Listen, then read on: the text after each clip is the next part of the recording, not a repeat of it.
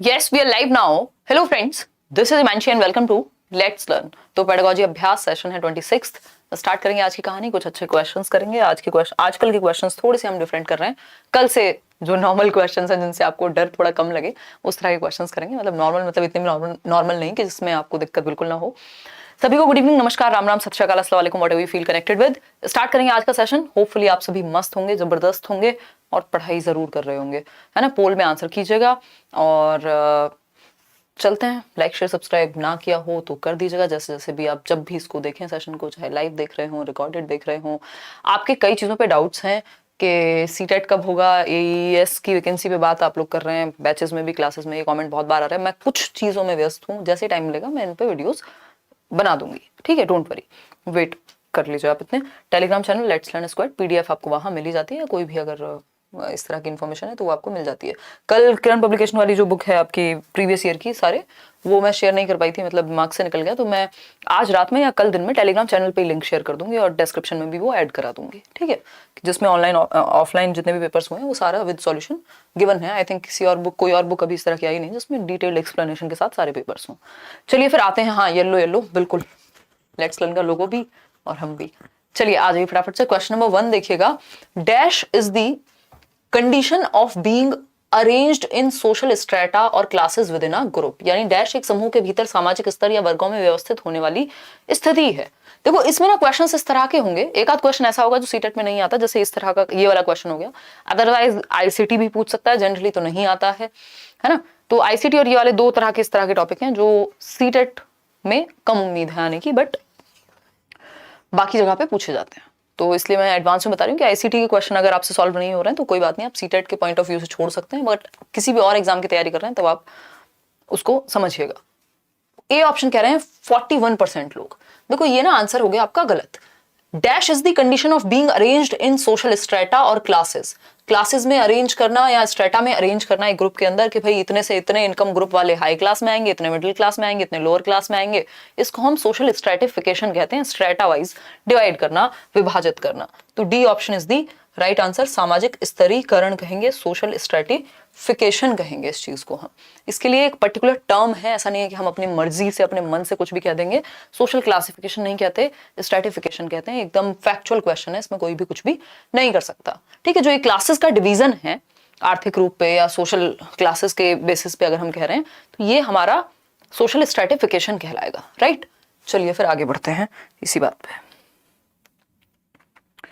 देखिएगा question number है 2। देखिए फटाफट से। ये कहता है it refers to the transfer of assets और service functions from public to private ownership और control and the opening of the closed areas to private sector only. ये भी थोड़ा सा अतरंगी सा क्वेश्चन है ना। D2+B में आया हुआ है, तो स्पेशली आप लोग तो जरूर ध्यान से देखिएगा जो लोग भी तैयारी कर रहे हैं। अगर हम बात कर रहे हैं इस क्वेश्चन की, क्वेश्चन में क्या गिवन है देखेंगे। अगर हम बात करें तो ये कहता है कि इट रेफर्स टू, यानी यह एक प्रोसेस है, to the transfer of assets और सर्विस, यानी संपत्ति और सर्विस का transfer from public to private ownership. Public यानी गवर्नमेंट के हाथ में, पब्लिक टू या पब्लिक के हाथ में, टू प्राइवेट ओनरशिप किसी एक इंडिविजुअल या किसी एक कंपनी के हाथ में जाना, इसको हम सिंपली प्राइवेटाइजेशन कहते हैं। जब पब्लिक टू प्राइवेट सेक्टर में चीजें जाती हैं, जैसे रेलवे की बात हो रही थी, जैसे और बहुत सारी चीजें हम देश में देखते हैं आज के टाइम पे, ठीक है। तो इसको प्राइवेटाइजेशन कहेंगे जब पब्लिक अथॉरिटी से चीजें प्राइवेट डोमेन में चली जाएं, किसी एक पर्टिकुलर कंपनी या व्यक्ति को चली जाएं, ठीक। आगे बढ़ेंगे, निजीकरण कहेंगे इसको चीजों का। क्वेश्चन नंबर 3 देखिएगा।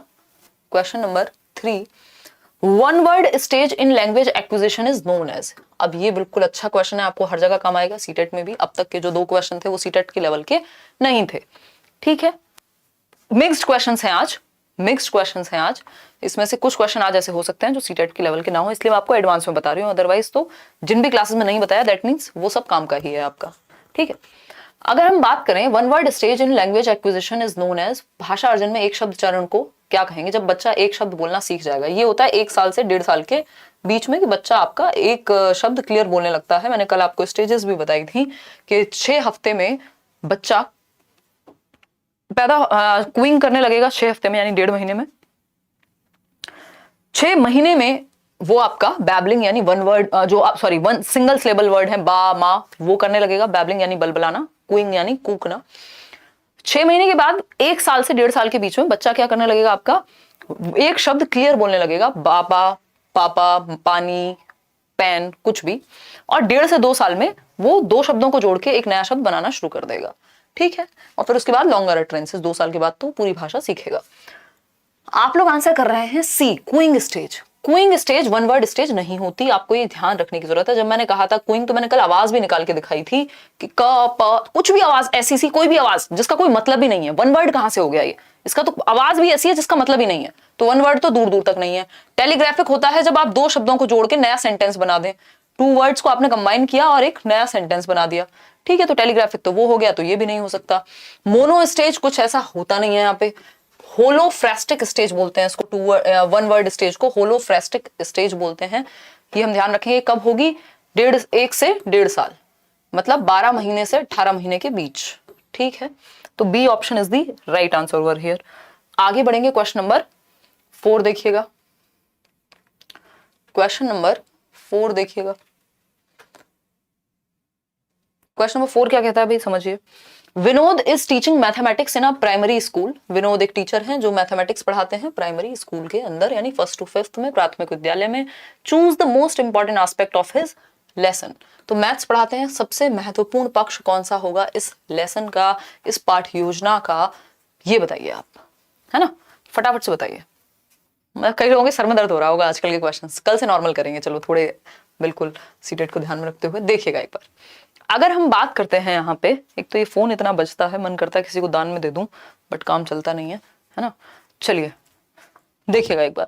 अगर हम बात कर रहे हैं, विनोद क्या है, मैथमेटिक्स पढ़ाते हैं प्राइमरी स्कूल में, और सबसे महत्वपूर्ण लेसन प्लान का हिस्सा उनके क्या हो सकता है।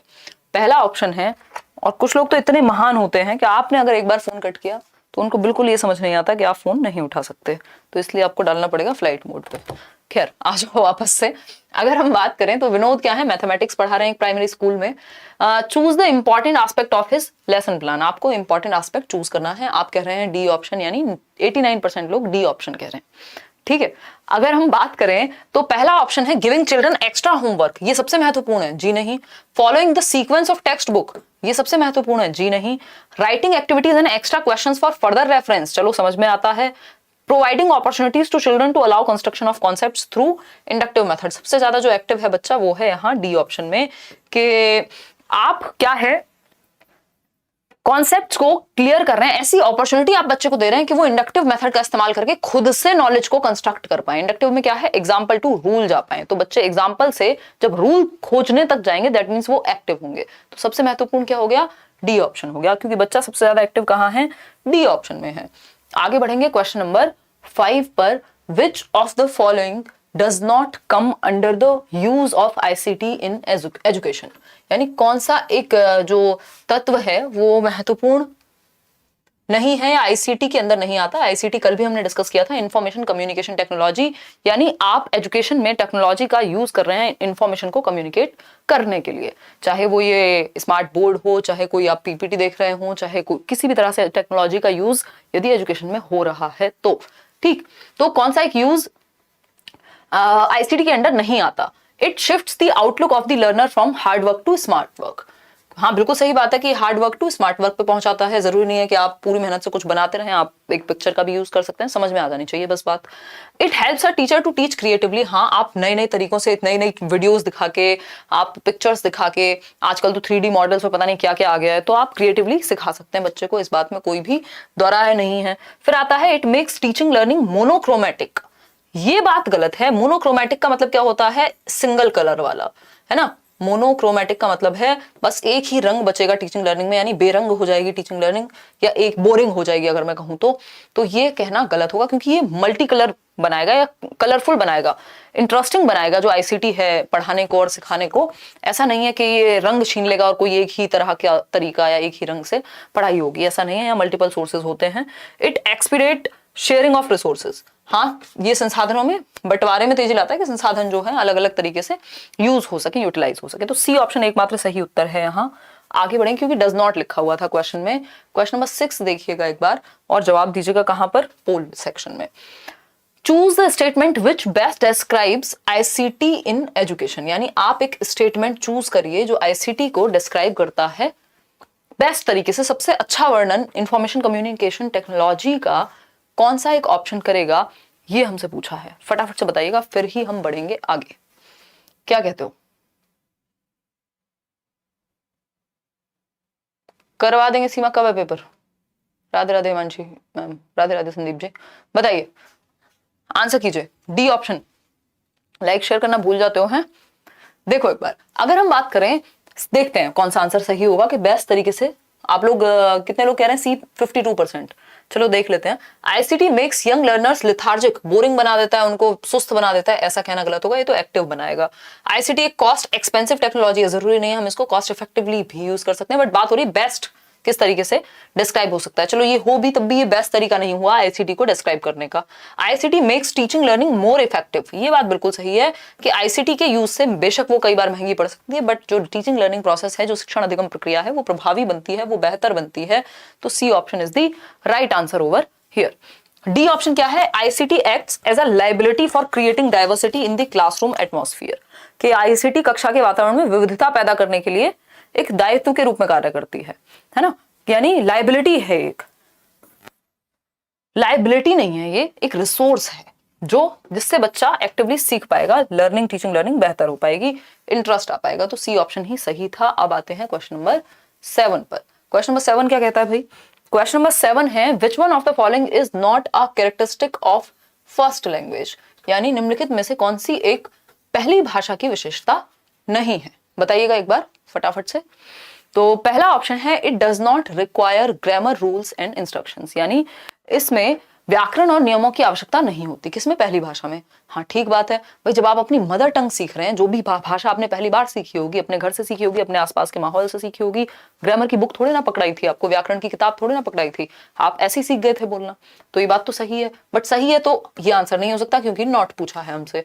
The main focus is on communication. हाँ, मुख्य रूप से जो बिंदु होता है वो होता है संचार, यानी कम्युनिकेट करना। आप अपने आसपास अपने बड़ों को बात करते हुए सीख देखते हैं और आप भी सीख जाते हैं, ठीक। तो ये बात भी सही है, बट गलत क्या है वो पूछा है हमसे।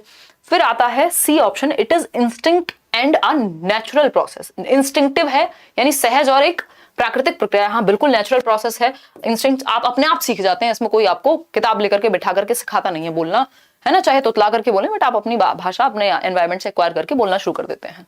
डी ऑप्शन है it can be taught in formal teaching situation only, कि यानी सिर्फ इसको फॉर्मल टीचिंग सिचुएशन में ही सिखाया जा सकता है, पढ़ाया जा सकता है, औपचारिक शिक्षण स्थिति में ही। ये कहना बिल्कुल गलत होगा क्योंकि ये सबसे पहले इनफॉर्मली ही सीखी जाती है। फॉर्मली आप सिखा दीजिए बाद में, हिंदी मान लीजिए मैंने अपने घर में सीखा बोलना, वो हिंदी मेरी और बेहतर हुई, एलीट बनी, या ज्यादा मैंने उसको व्यवस्थित रूप से सीखा है, या उसके जो रूल्स हैं नियम हैं उनको अच्छे से सीखा है स्कूल जाके या व्याकरण पढ़ के, लेकिन वो जो बोलना सीखा या उस भाषा का जो ज्ञान सबसे पहले हुआ वो मुझे इनफॉर्मली हुआ, मेरे घर से हुआ। यानी जो भी आपकी मातृभाषा होती है, जो भी आपकी फर्स्ट लैंग्वेज होती है, उसमें ये नहीं कह सकते हम कि सिर्फ फॉर्मल टीचिंग में सिखाई जाएगी, बल्कि फॉर्मल टीचिंग तो बाद में आती है, वो तो आप सबसे पहले इनफॉर्मल मतलब घर के माहौल में, लाइफ नॉर्मल माहौल में आप सीखते हैं, ना कि स्कूल सेटिंग्स में या किसी इंस्टीट्यूट जाकर के। तो D option is the right answer. आगे बढ़ेंगे क्वेश्चन नंबर 8 पर। क्वेश्चन नंबर 8 देखिएगा, choose the most favourable statement about social science, यानी सबसे बेहतर या अनुकूल कथन चुनना है सामाजिक विज्ञान के विषय में। देखिएगा, इट डज नॉट, ये सभी सब्जेक्ट की पेडागोजी आजकल इंक्लूड हो रही है इस तरह के क्वेश्चंस में ना। It does not focus on homogeneity, यानी ये एक रूपता पर ध्यान केंद्रित नहीं करता, मतलब सिर्फ एक ही तरह से सिखाना, एक ही तरह से सीखना कह सकते हैं। इट इज सब्जेक्टिव, बिल्कुल सही बात है, व्यक्तिपरक है। It promotes the found, but at times व्यक्तिपरक नहीं होगा, कई बार ऑब्जेक्टिव होता है कि ये हुआ था, ये है, ये ऐसा है। It promotes the foundation for an analytical and creative mindset. It is not concerned with diverse concerns of the society. अब देखो ये ऐसा क्वेश्चन है, चलो डी को तो हटा देते हैं, ये तो नेगेटिव है, इसके अलावा बाकी के तीनों ऑप्शन सही लग रहे होंगे आपको, ठीक है, तीनों ही बातें ठीक हैं, कुछ भी ऐसा गलत थोड़ी कह रहे हैं। लेकिन जो सबसे सही या एप्रोप्रिएट मोस्ट फेवरेबल स्टेटमेंट है, जिसमें बच्चा सबसे ज्यादा एक्टिव है और उसकी कॉग्निटिव स्किल्स बेहतर होंगी, वो है C option, it promotes the foundation for an analytical and creative mindset, यानी यह एक विश्लेषणात्मक और रचनात्मक मानसिकता की नींव को बढ़ावा देता है कि बच्चा क्या होगा, एनालाइज कर पाएगा, अच्छा हिस्ट्री में क्या हुआ था, पॉलिटी में क्या है, ज्योग्राफी में क्या हो रहा है आसपास, कुछ नया सोच पाएगा, मतलब एनालिसिस कर पाएगा चीजों के बीच में। तो बेस्ट ऑप्शन सी है, क्योंकि सबसे ज्यादा भला जो है बच्चे का वो सी ऑप्शन में ही हो रहा है। तो सिंपल सा फंडा है, जहां बच्चे का सबसे ज्यादा भला है वही सही उत्तर है। क्वेश्चन नंबर 9 देखिएगा एक बार। कल मैच का व्लॉग जो है आपको हिमांशु सिंह चैनल पे मिल जाएगा, मुझे याद आ गया है ना, आज ही मिलना था बट हो गया, थोड़ा सा उसमें समय लग गया एडिटिंग में। Text book of EVS is child centred, पढ़िएगा एक बार। अब ईवीएस का एक क्वेश्चन है, आसान सा क्वेश्चन है कि जो टेक्स्ट बुक है ईवीएस की, जो टेक्स्ट बुक है आपकी एनवायरमेंटल स्टडीज की, पर्यावरण अध्ययन की, वो चाइल्ड सेंटर्ड होती है so that the children learn by dash and not by dash. बताइएगा एक बार, फटाफट से बताइएगा, जल्दी बताइए। ये टी शर्ट पे कमेंट कौन कर रहा है, कौन है ये व्यक्ति? रागिनी सिंह, यार ये मुझे कुछ ज्यादा ही ब्राइट हो गई है ना, ये मैं गिफ्ट करूंगी अपने भाई को। ये इतनी ज्यादा चमक रही है कि अब मेरी आंखों को चुभ रही है। देखो एक बार, आ जाओ फटाफट से आंसर पे आते हैं। अगर हम बात करें, हाँ अगर हम बात करें टेक्स्ट बुक ऑफ ईवीएस यानी एनवायरमेंटल स्टडीज यानी पर्यावरण अध्ययन की जो किताब है वो बाल केंद्रित है, बच्चों को सेंटर में रख के बनाई गई है, इजी लैंग्वेज है, उनके ही उदाहरण है, ऐसी ही स्टोरीज हैं, ठीक। So that the children learn by dash and not by dash, जिससे कि बच्चे कैसे सीखें, थियरी से सीखें, रिसर्च से सीखें, एक्सप्लोरेशन से सीखें, एक्टिव होकर के सीखें, and not by rote learning, rote learning से सीखने की बजाय वो क्या करें, अन्वेषण करके सीखें, यानी एक्टिविटी करके सीखें। इतनी सारी एक्टिविटीज हैं आपकी इस बुक में। अगर आपने ईवीएस की बुक पढ़ी है, कोई किसी को तो नोट्स भी चाहिए थे ईवीएस के, तो मैं एक बार टेलीग्राम पे फिर से शेयर कर दूंगी सीटेट के लिए, मैंने पहले भी किया हुआ है, आप डॉक्यूमेंट्स में जाएंगे तो आपको मिल जाएगा। By exploring and not by rote, rote होता है रट्टा, and not by rote learning, ठीक है, ताकि बच्चे अन्वेषण यानी खोज करके सीखें, आसान भाषा में इसको खोज कह सकते हैं, ठीक है भाई। हिंदी तो लाइन के नीचे लिखी जाएगी ना और इंग्लिश लाइन के ऊपर, खोज करके सीखें न कि रट कर, ठीक है, कोई दिक्कत नहीं इस चीज में भाई। ऐसी बुक किस लिए बनाई गई है चाइल्ड सेंटर, ताकि बच्चे एक्टिव होकर के सीखें रटने की बजाय। क्वेश्चन नंबर 10 देखिएगा एक बार। क्वेश्चन नंबर 10 देखिए, dash aims to provide young people with accurate age appropriate and culturally relevant information, promote healthy attitudes and develop skills to enable them to respond to real life situations effectively। यानी किस चीज का M है कि young बच्चे जो हैं, छोटे बच्चों को एक्यूरेट और एज अप्रोप्रिएट, जो उनकी एज के अकॉर्डिंग अप्रोप्रिएट हो, रेलिवेंट इंफॉर्मेशन प्रोवाइड की जाए, हेल्दी एटीट्यूड उनके दिमाग में चीजों को लेकर के डेवलप हो, स्किल्स उनकी बेहतर तरीके से डेवलप हो, रियल लाइफ सिचुएशन से वो इफेक्टिवली डील कर पाए। तो ये किस तरह की एजुकेशन है जो युवाओं को सटीक, यानी यहाँ यंग का मतलब युवाओं से है, कई बार यंग का मतलब बच्चों से होता है, डिपेंड करता है कैसे पूछा है क्वेश्चन में। तो डैश का उद्देश्य युवाओं को सटीक, आयु उपयुक्त और सांस्कृतिक रूप से प्रासंगिक जानकारी देना है, स्वस्थ दृष्टिकोण को, यानी उनका एटीट्यूड बेटर बने, ऐसा ना हो वो कहीं क्योंकि ये ऐसी सी अवस्था है जो बहुत ही डेलिकेट है ना, जहां से आपकी आइडेंटिटी किसी से किसी तरफ जा सकती है। हो सकता है आपको गलत डायरेक्शन अगर दे दी जाए तो ब्रेन वॉश करके आपको एक टेररिस्ट भी बनाया जा सकता है और आप एक बहुत ही अच्छे नेशन के लिए कारगर इंसान भी बन सकते हैं। तो ये एडोलेसेंस एजुकेशन हम इसको कहेंगे, ए ऑप्शन, यानी किशोरावस्था की शिक्षा। जो टीन एज है वो बहुत ही डेलिकेट एज है। आप देखते हैं कितने लीडरशिप स्किल्स और जो क्रांतिकारी हैं या फिर इवन जो नेगेटिव फैक्टर्स भी हैं वो इसी एज में लोग ब्रेन वॉश हो पाते हैं या तो फिर किसी एक सही डायरेक्शन में जा पाते हैं। तो एटीट्यूड इस एज में बहुत ज्यादा आपका फॉर्म होता है। तो ये हुआ ए ऑप्शन, ठीक है। अडल्ट जुवेनाइल ये सब नहीं होगा। क्वेश्चन नंबर 11 देखिएगा, आसान क्वेश्चन है, parents and community resources can help primary children to understand EVS better by. यानी यदि हम पेरेंट्स को क्लासरूम में लाएं, कम्युनिटी रिसोर्सेज को, कम्युनिटी रिसोर्सेज क्या है, किसी बच्चे के पेरेंट हो सकते हैं, फार्मर हो एक, तो किसान के बारे में अगर आपको सिखाना है तो आप किसी के पेरेंट्स को बुला सकते हैं, दूसरे बच्चे के पेरेंट हैं, कोई ट्रक ड्राइवर हैं, किसी के अगर डॉक्टर हैं, किसी के टीचर हैं, तो आप उनको ला करके रियल लाइफ एग्जाम्पल से सिखा सकते हैं। इसको हम कम्युनिटी रिसोर्स बोलते हैं, ठीक है। तो इससे हेल्प मिलती है प्राइमरी बच्चों को सीखने में, क्योंकि रियल लाइफ एग्जांपल उनके सामने आएगा। तो बेटर होता है by telling them to play indoors, घर में रह के खेलने से नहीं। एक्स्ट्रा होमवर्क जी नहीं। इससे क्या होगा, कम्युनिटी रिसोर्स या पेरेंट्स को लाने से बच्चे रियल लाइफ एक्टिविटीज में एंगेज होंगे, उनको पता लगेगा कि सच में एनवायरमेंट में एक डॉक्टर कैसे काम करते हैं हॉस्पिटल में, या एक किसान कैसे काम करता है अपने खेत में। रियल लाइफ एक्सपीरियंसेस उनको सुनने को मिलेंगे। वो क्या बन जाएंगे, संसाधन बन जाएंगे जो बच्चे के पेरेंट्स हैं। अलग अलग बच्चों के पेरेंट्स को यहाँ पे यूज किया जा सकता है। रिसर्च प्रोजेक्ट्स देने का कोई यहाँ ऐसा खास संबंध था नहीं। क्वेश्चन नंबर 12 देखिएगा। क्वेश्चन नंबर है 12, which of the following is not accepted, not पे ध्यान दीजिएगा, not accepted as a teacher's role in encouraging creative expression among students. यानी निम्नलिखित में से किसके बीच रचनात्मक अभिव्यक्ति को प्रोत्साहन नहीं मिलता, एक शिक्षक की भूमिका में कौन सी एक चीज ठीक नहीं है आपके अनुसार, किस चीज को स्वीकार नहीं किया जा सकता एज अ टीचर, ये पूछा है सिंपल भाषा में। सूटेड टू देयर लाइकिंग, जो उनकी लाइकिंग के अनुसार बने चीजें, मतलब बच्चों के क्रिएटिव एक्सप्रेशन के लिए जो बच्चों को इंटरेस्ट हो जिस चीज में वो आप कराएं, हाँ ये तो अच्छी बात है, ये तो सूट करेगा। फिर है अलाउइंग स्टूडेंट्स टू एक्सप्लोर, यानी छात्रों को अन्वेषण करने देना, बिल्कुल ठीक है। बच्चा यहाँ भी एक्टिव है, बच्चा यहाँ भी एक्टिव है, इंटरेस्ट लेगा। अगर उनकी लाइकिंग के अनुसार आप कोई एक्टिविटी चूज कर रहे हैं तो चाइल्ड सेंटर्ड बन जाएगी, ठीक है। Shouting at them for their unusual ideas, अगर वो कुछ डिफरेंट सोच रहे हैं तो उन पर चिल्लाना, बच्चों को रेप्रीमेंड करना, उनको धमकाना, उनको फटकार लगाना, इससे ज्यादा खराब बात और कोई यहाँ एज अ टीचर नहीं हो सकती। तो C option is the right answer. Allowing them to form their own groups, ये सब एक्टिव है बाकी बच्चों, सिर्फ एक बात नेगेटिव है जो कि सी है, और ये बिल्कुल भी चाइल्ड सेंटर्ड एजुकेशन की तरफ नहीं जा रही है। आगे बढ़ेंगे, क्वेश्चन नंबर 13 देखिएगा एक बार, जवाब दीजिएगा पोल में। क्वेश्चन नंबर 13 है, from the given activities choose the best activity in which the child will be able to develop his understanding of special concepts. यानी कि निम्नलिखित गतिविधियों में से एक गतिविधि चुनिए जिसमें स्थानिक अवधारणाओं की अपनी समझ बच्चा विकसित कर पाएगा। स्थानिक समझते हैं, स्पेशल कॉन्सेप्ट, स्पेशल का मतलब है स्पेस से संबंधित, स्पेस मतलब स्थान को लेके समझ उसकी, है ना। समझिएगा, करिकुलम में सीटेट के नए बैच कब से स्टार्ट होगा? यार अभी तो एडमिशन चल रहे हैं शिवम, पुराने बैच में ही आपको सारी रिकॉर्डेड क्लास मिल जाएंगी जितनी भी हुई हैं। मेरी क्लास तो अभी कम ही हुई होंगी क्योंकि मेरी वीक में अभी 2 दिन ही क्लास चल रही है उधर, कल होगी थर्सडे फ्राइडे, तो आपको रिकॉर्डेड मिल जाएंगी सारी क्लासेस। इवन मतलब वो आप इतने रिकॉर्डेड देख लीजिए, क्योंकि अब तो फिर नया बैच तब आएगा जब सीटेट का नोटिफिकेशन आएगा, है ना। क्योंकि अभी मार्च में ही आया था, इतना भी जल्दी हम हर महीने बैचेस नहीं लाते। देखिए एक बार, अगर हम बात कर रहे हैं स्पेशल कॉन्सेप्ट्स की, तो जो स्थानिक समझ है वो कैसे डेवलप होगी बच्चे में, representing numbers on a number line, यानी संख्या रेखा पर संख्याओं को निरूपित करना। तो इसमें स्पेशल कॉन्सेप्ट कहाँ है, ये एक लाइन है 1 2 3 4, इसमें कुछ स्थान से संबंधित कुछ क्रिएटिव हुआ ही नहीं। ऑब्जर्विंग द सनराइज टाइम, ये तो फिर टाइम रिकॉर्ड करने से रिलेटेड हो गया। लोकेटिंग सिटीज ऑन मैप, ये बात सही है क्योंकि इसमें मैप का, स्थान का, मानचित्र का यूज हो रहा है, यानी दिशाओं का ज्ञान और ये सारी चीजें होंगी।